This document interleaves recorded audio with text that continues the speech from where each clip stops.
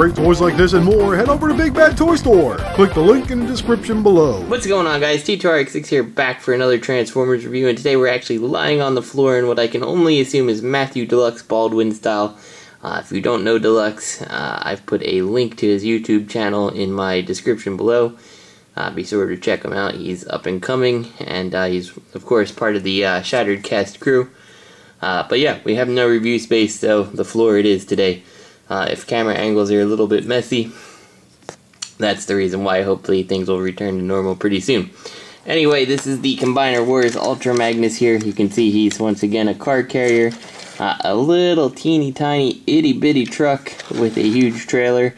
I don't think it looks terrible, but I do think that the truck looks a little bit ridiculous with such a big trailer. I wouldn't have mind seeing this removable and seeing what he looks like with the Generations Ultra Magnus. I feel like the trailer would be a better fit for him. One thing I want to point out that's particularly weird about this guy, has anybody ever noticed how big the steps or ladder is? Like the gaps between them, and then how little teeny tiny the door is? Like, the driver of this truck must absolutely be, you know, like just a tiny little guy sitting up in there, or standing up in there maybe. I mean, this would either have to be an enormous truck or have itty bitty teeny tiny drivers. And that kind of detailing extends through to the trailer, where you can see it there. Yep, there's one right here too.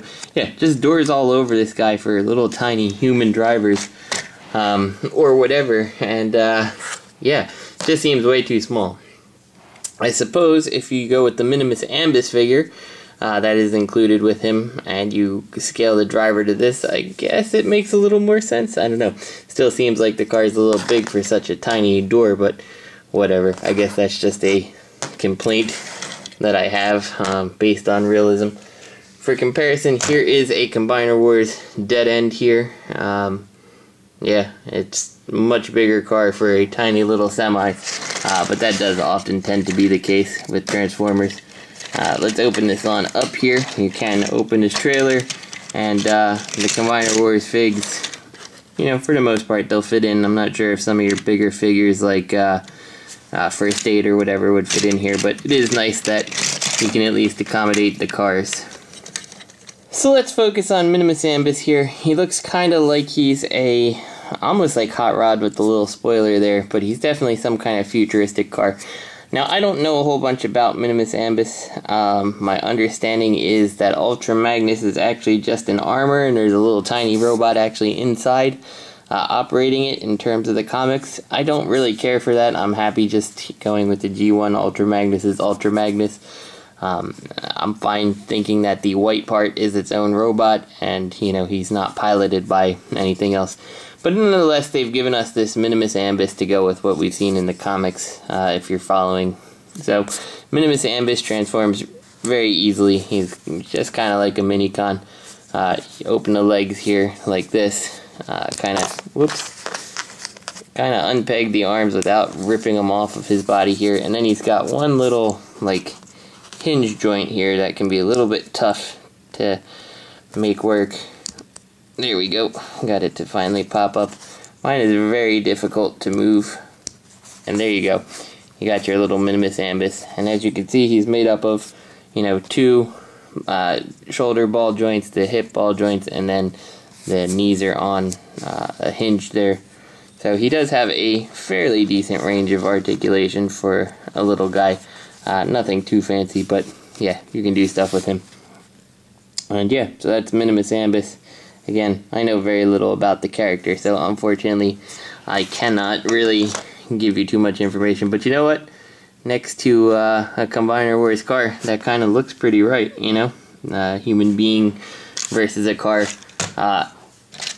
Next to the truck that is Ultra Magnus, that does look a bit ridiculous. So getting on to Ultra Magnus here, let's actually start with his arms. We'll unpeg each side here from the back of the trailer, kind of raise it up, and we'll separate them at the top and bring these down.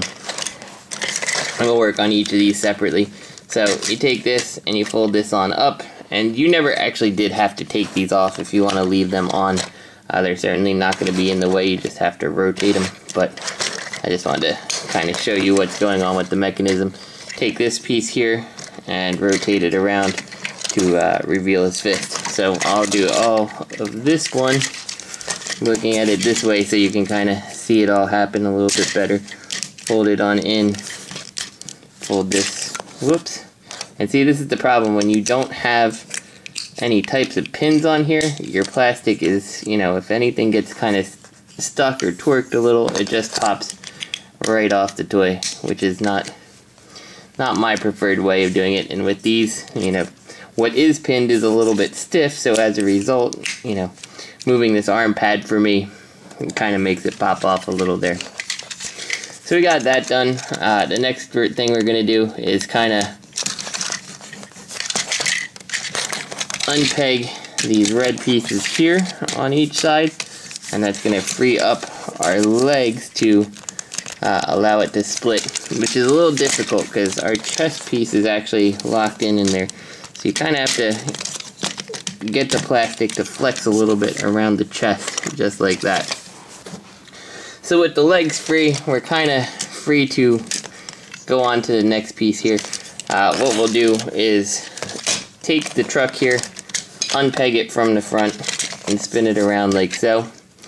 And then take this and just bring it down and bring the truck on down into the center like that. The next thing we can do is take this waist and fold it on up, and then take the legs and bring them down like so. Okay, so from here, like I said, we want to bring this waist up. I just wanted to get a better angle on this so we could see all of Ultra Magnus here. Once you have this, for now we're just going to lock this into place as best as it does, which is barely anything at all.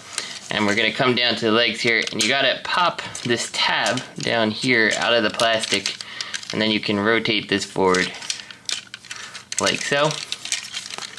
And that'll bring the foot on around, and we'll do that again for the other side. Pop the tab out, you can see it on the back bottom there. Flip it all the way around like so, and then that same tab you popped out is going to peg into this side piece here, and that's how you know you have it on correct, just like that.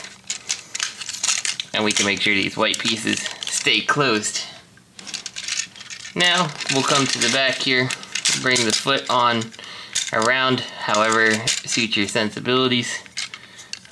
Take this red piece and fold it on closed, pegging it in to the top here on both sides, just like that. Now I think the feet look kind of ridiculous like that. You can bring them all the way forward if you want, but I don't particularly think that looks good either, so I tend to, yeah, I guess I don't know what I do. I thought I left them back, but I'm looking at that now and that looks worse, so yeah, bring them all the way forward, just like that, which is less than stellar in my opinion. Looks like the leg could use like one more click up here, or notch out this piece of material to let it move a little bit more, but yeah, that's the best we can do with the legs. So there we go. So now we've got the core body of Ultra Magnus, and let's reposition this little makeshift tripod I've got going on here. And you've got the chest here opens up, and we open this here, and you can see Ultra Magnus's head stored inside. So all you do, open that little top flap, hold this, and there you go. You pull out his head, and you don't really need Minimus Ambus. You can close this right back up, and you've got Ultra Magnus. The problem is, you got this big gap around his neck, and that looks fairly unsightly to me. So, the reason you have this gap is for the sole purpose of lifting up his head, like so, opening this up, and you've got that cockpit that fits your Minimus Ambus. And now I gotta say, he is pretty well crafted that he can be put in a little sitting pose here, and you can fit him right inside there, and he does, you know, pretty nicely fit inside Ultra Magnus, just like that. So you can see he's piloting him. You close up this thing, and you can see now the white, or the hole in the top is kind of filled in a little bit more by Minimus Ambus and then you close the neck. And to me, it's a whole lot less obvious that you have the big gap there once Minimus Ambus is in there, and then you close this up. I think it looks fine. Again, I'm not in the mindset that Ultra Magnus is piloted by a little guy. If you are, then that's cool, I guess, for you. For me, it doesn't really do much of anything. Ultra Magnus also comes with 2 weapons here. We got his sort of G1-esque gun, single articulated fingers here, which he does sort of hold things. I don't really see how you get him to grip it terribly well. There you go. I guess he's kind of holding it. It's not really secure in there though. Yeah, I would have preferred to see it done a different way, I guess, just to make it a little more solid. And then we got this other gun here, which you can peg into this hand. And that's fine. You can do something like that if you so choose. You also have the option to sort of combine these. So you make one big long thing and you can make that a big blaster. I've seen all kinds of variations of this. You can take these off and you can put them here on each side. And I've seen these get referred to as like some kind of super cannon. But my understanding is actually that you're supposed to kind of, and see, well, we'll get to articulation after. It doesn't quite work the way I think they wanted it to. But you can kind of give him a hammer, which is kind of an Ultra Magnus-y type weapon. He's often been depicted with some kind of hammer, but he doesn't really hold it well. But it's a cool concept nonetheless. So here's his hammer. I guess the best way you actually could display it would be to put it in his hand and let him stand holding it kind of like that, which that doesn't look too terrible there. So let's get on the articulation, which I think is kind of the downfall of this toy. So the shoulders are on a 360, the head is on a 360. You don't really get any up or down. You can kind of bring it up or down, but it just kind of looks ridiculous. So really, you only get that limited range of motion on here. If I said it's 360, I was lying. It's actually less than that because we got to accommodate the Minimus Ambus in there. So 360 at the arm. This panel will rotate up to give him a pretty good range of motion to the side there. You do have a bicep swivel, an elbow joint, the jointed hands. If we had a wrist swivel, which there's no reason a wrist swivel couldn't have been in here, this would have been vastly improved. Coming down to the waist, no waist swivel. Again, a disappointing thing because there's no reason we couldn't have cut this and had a swivel down there. The legs are on the universal style joint. Nice ratchets he's going to hold well, especially considering the lightness of the plastic. A thigh swivel, a knee swivel, and then the ankle is on this piece here that we used for transformation. It would have worked great if they had some kind of ankle tilt on there, but they don't. So you have this figure that feels like he should be, you know, by all rights, this should be one of the most articulated Ultra Magnuses we've gotten. He should be able to have all these varieties of poses. He should look good. I mean, it is a good looking Ultra Magnus, there's no question about it. It's decent looking. But the articulation to me just leaves a lot to be desired on this guy.